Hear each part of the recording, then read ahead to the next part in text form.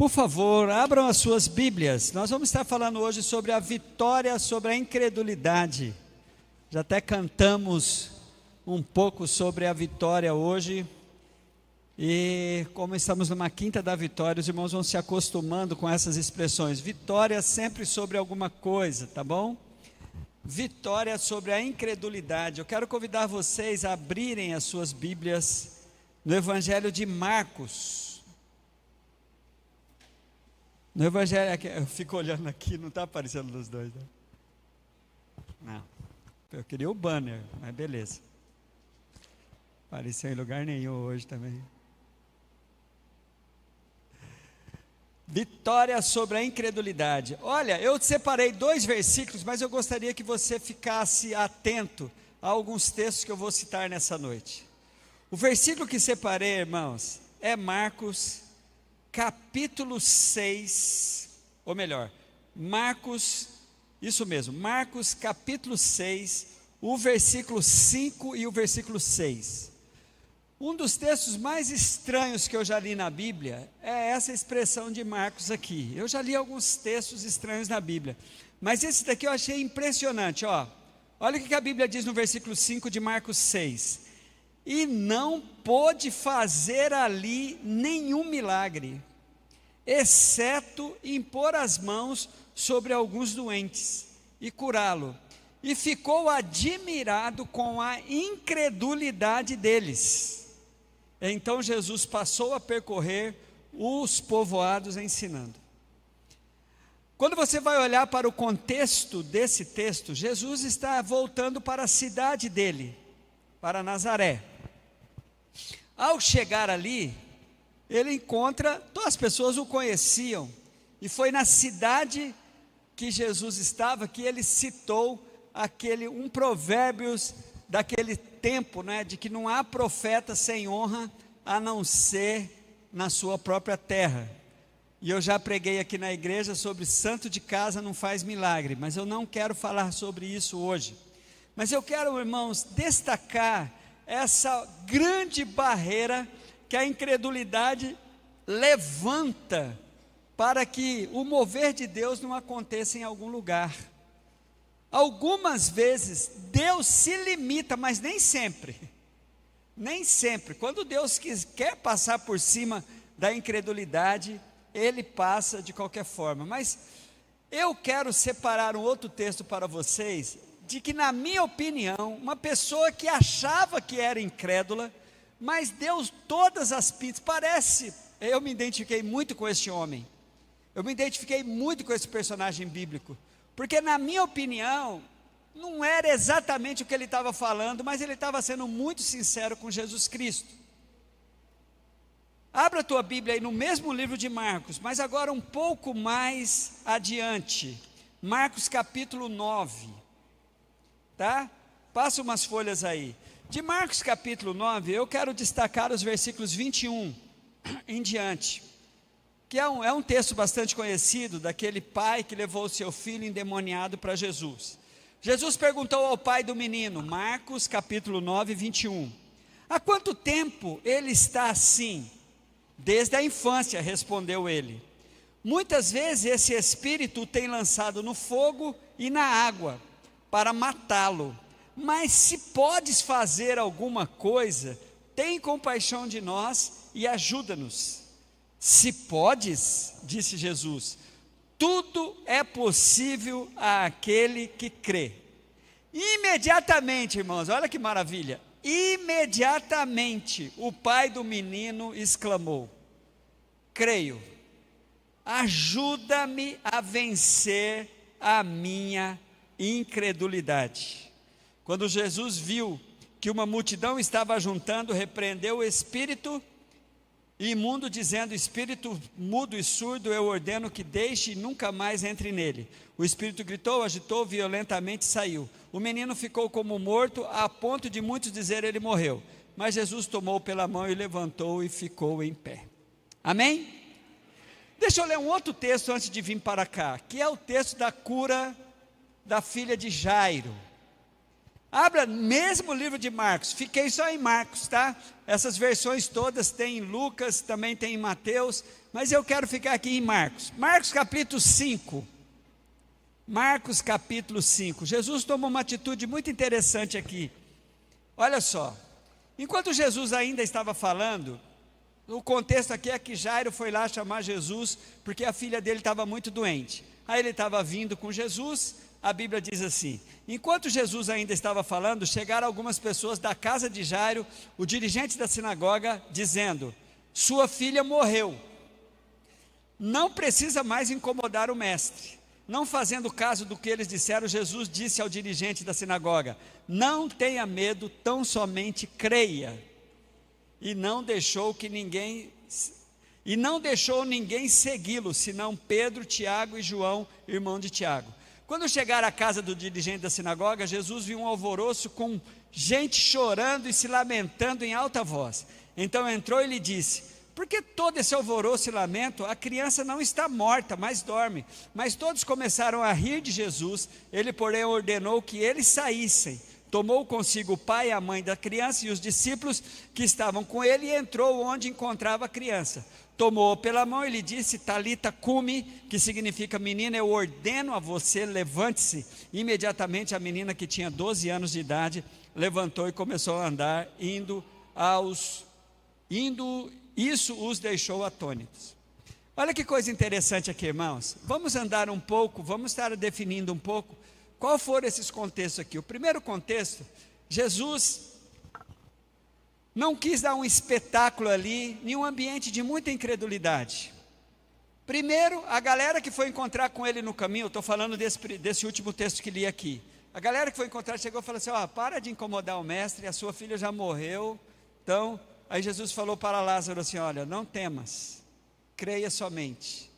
E ele pediu para que ninguém o seguisse. Quando ele chega na casa, tem uma multidão de gente lá, né? Velório, todo mundo triste, tentando consolar a menina, um chororô danado. Aí Jesus falou: mas por que vocês estão assim? A menina não está dormindo, a menina não morreu, a menina está apenas dormindo, que era uma expressão sobre morte. Da hora que a galera estava chorando, na mesma hora todo mundo começou a rir, e a atitude de Jesus foi apenas permitiu que quem visse aquela ressurreição foi Pedro, Tiago, seus discípulos, 3 dos seus discípulos, ou melhor, parece que são 2 discípulos. Ele permitiu que subiu ali, a Bíblia disse que ele, porém, ordenou que ele saísse, tomou consigo o pai e a mãe da criança e os discípulos que estavam com ele. Apenas os discípulos que estavam com ele, que era Pedro, Tiago e João. Apenas essas 5 pessoas, porque Jesus nos quis dar um espetáculo naquele ambiente de incredulidade. O outro texto, irmãos, a Bíblia deixa bem claro assim, que naquele local, a incredulidade foi tão grande, que Jesus chegou a admirar, falou assim: meu eu do céu, né? Meu Deus do céu, como que esse povo é tão incrédulo? E a expressão da Bíblia é literalmente assim, e não pôde, ele não pôde. É um caso isolado, não quero dizer que onde há muita incredulidade, Deus não age, não é isso que eu estou falando, mas irmãos, uma disposição que a gente tem de entrar em concordância aqui, sobre uma bênção de Deus, sobre o que Deus pode fazer, cria um ambiente de cura, de libertação, de mudança de vida. Mas num lugar de muita incredulidade, até o clima é ruim, sabe? Até uma coisa assim, a gente percebe que a gente não fica à vontade num lugar em que há aquele sentimento, aquelas posturas de incredulidade. Agora, o terceiro caso, eu creio que aproxima bastante da gente, que na minha opinião, aquele homem achava, sentia que não tinha fé, mas quando a gente olha para as atitudes dele, eram atitudes de alguém que estava demonstrando que ele cria. O que fez ele exclamar e pedir para Jesus ajudá-lo na sua incredulidade, estava mais ligado a uma coisa muito comum entre nós, que é você não sentir a fé. E a fé, na verdade, quando a gente depende dos nossos sentimentos, a gente recua muito. Porque fé não é sentimento. Fé é uma atitude que você está tomando diante de algo que você não viu ainda, mas você crê que Deus pode fazer alguma coisa por aquilo. É o que diz Hebreus capítulo 11, versículo 1, né? A fé é o firme fundamento das coisas que não se veem, mas se esperam. Eu luto muito, irmãos, contra o sentimento que tem dentro de mim de incredulidade, algumas vezes. Certa vez aqui na igreja mesmo, uma irmã me procurou dizendo que havia sonhado comigo, que eu pegava, bem no comecinho do meu ministério mesmo aqui em Cacoal, e a gente não tinha discernimento assim ainda, muito novo no ministério, falou assim, ó, pastor, eu sonhei que o Senhor pegava um óleo, ungia a minha perna e orava, e a minha perna sarava. Irmãos, o meu sentimento, eu falei assim, irmão, eu fiquei assim, falei assim, meu Deus do céu, como é que é isso? Sabe o que eu fiz? Falei, irmã, vamos fazer igualzinho a senhora sonhou. Não fiz nenhuma declaração de incredulidade, mas no meu coração, eu falei assim, olha, eu queria ter sonhado também. Mas irmãos, foi uma experiência muito legal, porque muito abençoadora. Eu falei, uma coisa era o que eu estava sentindo, outra coisa é o que Deus podia fazer. Fui lá, peguei o óleo, ungi, era nessa parte inferior da perna aqui, ungi, orei, declarei cura. O testemunho é que ela foi curada, amém? Ela testemunhou que foi curada. Vamos aplaudir ao Senhor por isso, irmãos? Mas o que eu sei, olha só, o que eu sentia não era aquilo. Aí eu comecei a administrar meus sentimentos. Outra vez estava vindo aqui para a Quinta da Vitória com uma dor de cabeça fora do comum. Não tinha descoberto ainda que eu tinha um problema de pressão alta, né? Não tratava disso. De vez em quando a minha pressão subia, a minha dor de cabeça atacava. Aí, e a gente estava vivendo aqui um clima de muita... Tudo assim era... você nem podia dizer aqui que você estava com dor de cabeça, que alguém já falava, não, essa dor de cabeça não é sua, expulsa e faz esse monte de coisa. Então, a gente vivia assim. Eu estava me sentindo muito mal, porque eu estava vindo, já tinha orado, já tinha pedido para Deus me tirar daquilo. E a ministração que ia falar aqui na igreja estava ligado à cura, à fé que Deus curava. Aí eu falei assim, mas que tipo de pregador eu sou? Vou falar de uma coisa que não está nem acontecendo comigo? O direcionamento que o Espírito me deu, me ajudou já como da outra vez. Falou assim, ó, não é porque você não está sentindo que eu não estou fazendo. Não são os seus sentimentos que determinam o que Deus está fazendo. Eu achei isso extraordinário, irmãos. Vim aqui para a Quinta da Vitória, ministrei, preguei a palavra. Não pense que isso tem um final feliz, então. A minha dor de cabeça não passou não, tá? Fui para casa, tive que depois tomar o Dorflex. Mas o que eu aprendi, é que a gente fica esperando assim, vai vir a bênção. Não, a bênção foi o ensino, irmãos. Para mim foi o ensino. Não sou eu que determino. Aí fiquei extremamente livre dos meus sentimentos. Por que eu estou dizendo isso? Porque na minha opinião, esse terceiro personagem aqui é isso que aconteceu. Olha que a Bíblia conta sobre esse homem. A Bíblia fala, quando você vai ver todo o contexto, o que tinha acontecido. Ele tinha um filho que estava passando por uma situação de endemoniamento. O filho dele tinha um demônio. E um demônio que atacou aquele menino desde a infância. A primeira coisa que a gente aprende nesse texto é que o diabo não faz acepção de pessoas. Esse Senhor procura os discípulos de Jesus. Jesus mais 3 discípulos, que eram os mesmos daqui de Marcos 5, estavam no monte. Pedro, Tiago, João e Jesus estavam no monte orando lá. Quando eles chegaram, encontraram aquela situação e os discípulos não puderam. Jesus conversa com aquele homem, pergunta para ele o que está acontecendo. Ele fala, olha, meu filho está assim, mas eu trouxe para os seus discípulos e eles não puderam curá-lo. Aí Jesus pergunta para ele, ele responde. Aí é quando aparece um dos versículos mais desafiadores da Bíblia para a gente, pelo menos para mim, que é esse versículo de Marcos 9, versículo de número 23. Quando ele, depois dele dizer no versículo 22 assim, ó, muitas vezes esse espírito tem lançado no fogo e na água para matá-lo, mas se podes, ele meio que duvidando de Jesus, mas se podes fazer alguma coisa, tem compaixão de nós e ajuda-nos. Aí Jesus diz para ele assim, se podes, é um dos versículos mais desafiadores para todo crente. Se podes, tudo é possível ao que crê. Aí a gente fica, meu Deus do céu, tudo é possível ao que crê. É um versículo desafiador. Mas irmão, sabe o que eu estou querendo compartilhar com vocês essa noite? É que aquele homem sentia o que não era verdade. A primeira coisa que eu creio que aconteceu com aquele homem, primeiro, ele tinha uma fé que ele não sabia que tinha. Tanto é que quando ele estava angustiado, o que ele fez? Ele não se conformou com a situação, ele procurou ajuda, ele foi atrás dos discípulos, ele se decepcionou no primeiro momento, se decepcionou.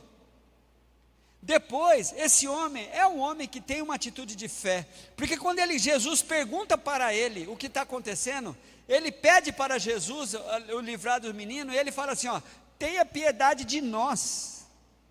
Quem tem fé geralmente tem essa concepção de que o problema não é só da pessoa, é um problema nosso. Esse homem é um homem que sentia que não tinha. Aí quando Jesus o desafia, se podes, disse Jesus, tudo é possível que crê, imediatamente o pai do menino falou, sabe o que é, Jesus? Eu creio, mas eu queria crer de um outro jeito. Não é isso que acontece conosco, irmãos? A maioria dos crentes, a maioria, eu não estou falando, tem alguns que não, mas a maioria dos crentes, 99,9,9, não está, acha que deveria ter mais fé, titubia sempre diante de alguns desafios.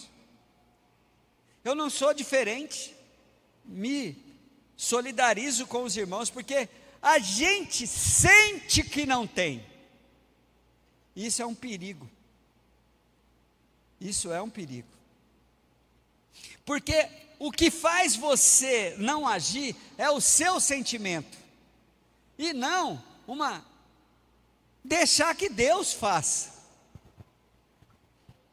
É impressionante como esse homem diz, a impressão que ele tem, ele falou assim, creio, olha o versículo de número 24. Imediatamente o pai do menino, depois de ouvir o grande desafio, né? Quando Jesus falou assim, ó, tudo é possível ao que crê. Fala, puxa vida, esse homem falou, eu não creio do jeito que Jesus está falando, não. O problema, irmãos, é quando em nenhum lugar Jesus autorizou nenhum pregador, nenhum ensinador, nenhum mestre usar a fé como chantagem para Deus ou desculpa para aquilo que não está acontecendo.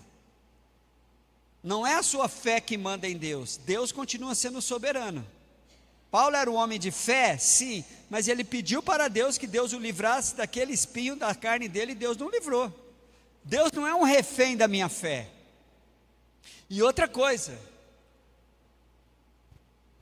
muitos religiosos usam de profetadas, de mensagens erradas, e depois que aquela profecia não acontece, ele põe culpa no indivíduo que a profecia não aconteceu, dizendo assim, você não creu? Mas sabe como ele afirmou? Deus me revelou que essa sua enfermidade está curada, é assim que eles falam. Aí depois de uns anos o indivíduo morre daquela enfermidade, depois de um tempo, ele chega para a família e fala, ele não creu? Não, mas Deus não tinha revelado irmãos, já vi isso, várias vezes. Então a gente tem que tomar muito cuidado, a fé Deus não é refém das minhas declarações de fé, mas também a fé não é a grande barreira para Deus não, a falta de fé não é a grande barreira para Deus não agir. A declaração desse homem foi uma declaração sincera. Isso impediu Jesus de libertar o filho dele? Não. Se Jesus fosse um religioso dos nossos tempos, um desses profetadas aí, o que ele fala? Bom, já que você não crê, não vou nem orar. Não adianta eu crer para você, ou não adianta eu orar por você, você não crê. Não foi isso que Jesus fez. Então, irmãos, a vitória sobre a incredulidade está exatamente em nós deixarmos mesmo que Deus haja, e não os meus sentimentos. Eu não vou deixar de tomar nenhuma atitude diante do impossível, ou diante daquilo que eu não estou sentindo, porque eu não estou sentindo. Este homem então faz essa sua declaração: Senhor, ajuda-me a vencer a minha incredulidade, porque na avaliação dele, ele não cria. Mas olha, um homem que procurou os discípulos, quando os discípulos falhou, ele não foi embora, ele ficou esperando Jesus. Quando Jesus chegou, ele contou para Jesus, e depois ele sentia que não tinha fé. Mas olha a ação de Cristo, mesmo ele declarando: ajuda-me na minha incredulidade, quando Jesus viu a multidão que estava se ajuntando, repreendeu os discípulos dizendo: espírito mudo e surdo eu ordeno que o deixe, nunca mais entre nele. Vamos aplaudir ao Senhor por isso, irmãos?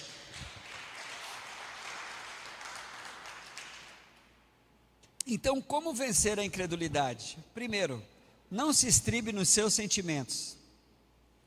Irmãos, nosso coração é enganoso. Nós, no campo sentimental, eu chego a dizer que muitas vezes nós estamos sentindo coisas que são enganos do nosso coração. Eu desafio você a experimentar o que eu já experimentei. Não recuar diante do que estou sentindo. Uma coisa é o que eu estou sentindo, outra coisa é o que eu vou fazer quando é um desafio que vai trazer paz, que vai honrar as pessoas, ou honrar a Deus, fazer o bem para as pessoas. Eu sempre estimulo as pessoas a crer. Meu coração muitas vezes está com será, mas eu não vou mais pelo meu coração. Outra coisa, como vencer a incredulidade, irmãos? Responsabilize quem pode fazer. Não é você, não é a sua fé, é Deus. Coloque Deus nessa história, peça para Ele, rogue para Ele, apesar de você, mas eu acho que Deus não vai atender não. Isso é o que você acha, mas você não sabe o que Deus pode fazer. Esse homem, irmãos, fez uma declaração de incredulidade, mas aqui, para derrubar todas as teses dos religiosos, que Deus só age quando o indivíduo declara, quando o indivíduo toma posse, quando o indivíduo vai para cima, esse homem aqui só foi para cima. Ele insistiu. Quando os discípulos não conseguiram curar, ele continuou esperando Jesus. Quando Jesus chega, ele abre o coração para Jesus. Ele diz: o problema é meu e do meu filho, porque o que dói no meu filho dói em mim, óbvio, né? Então, tenha piedade de nós. Aí falou: tudo é possível que crê. Jesus colocou o desafio. Ele falou: Senhor, olha, eu creio, mas me ajuda. Eu queria crer bem mais. Isso foi impedimento? Então, irmãos, o que a gente aprende aqui para vencer a incredulidade? A incredulidade é vencida com uma sinceridade diante de Deus, não diante das pessoas. As pessoas não vão compreender a sua sinceridade, as pessoas não vão compreender a sua angústia, mas diante de Deus, rasgue o seu coração, fale com Ele, Ele aguenta te ouvir, Ele sabe por que você está assim, e na medida dEle, quando você não desiste de Jesus, como esse homem não desistiu, como Lázaro, ou como melhor, como Jairo não desistiu. Jairo, quando chegou com a notícia, você vai falar: não incomoda mais o mestre não. Jesus falou para ele: Jairo, relaxa, não tenha medo, a sua filha vai ficar boa, só creia. Sabe como Jairo creu, irmãos? Ele creu indo com Jesus. Então vamos, Senhor. é impressionante como nós podemos sim ter uma vitória sobre a incredulidade. E o que eu quero sugerir para todos nós nessa noite é que nós vençamos o nosso pessimismo com atitudes positivas. Uma coisa é o que você está sentindo, outra coisa é o que você vai fazer. Então, queridos, eu sei que você é um comedor de arroz com feijão como eu. Eu não sou tenho uma fé enorme assim. Eu tenho as minhas dúvidas diante de alguns desafios, mas as minhas dúvidas não me fazem recuar. Deus não é obrigado a fazer exatamente o que eu quero, mas nunca Deus me deixou na mão todas as vezes que eu não recuei. Todas as vezes que eu não recuei. Já tive experiências como essa dessa irmã, já tive experiências em que uma coisa era o que eu estava sentindo, outra coisa é o que eu estava fazendo. Eu vou dizer uma coisa para você: se você calar muitos dos seus sentimentos negativos, você vai ter muita experiência com Deus. Deus vai provar para você que não são seus sentimentos, que você não é tão incrédulo assim, que você não é tão fraco assim, que você não é tão medroso assim. Jairo foi desafiado a não ter medo.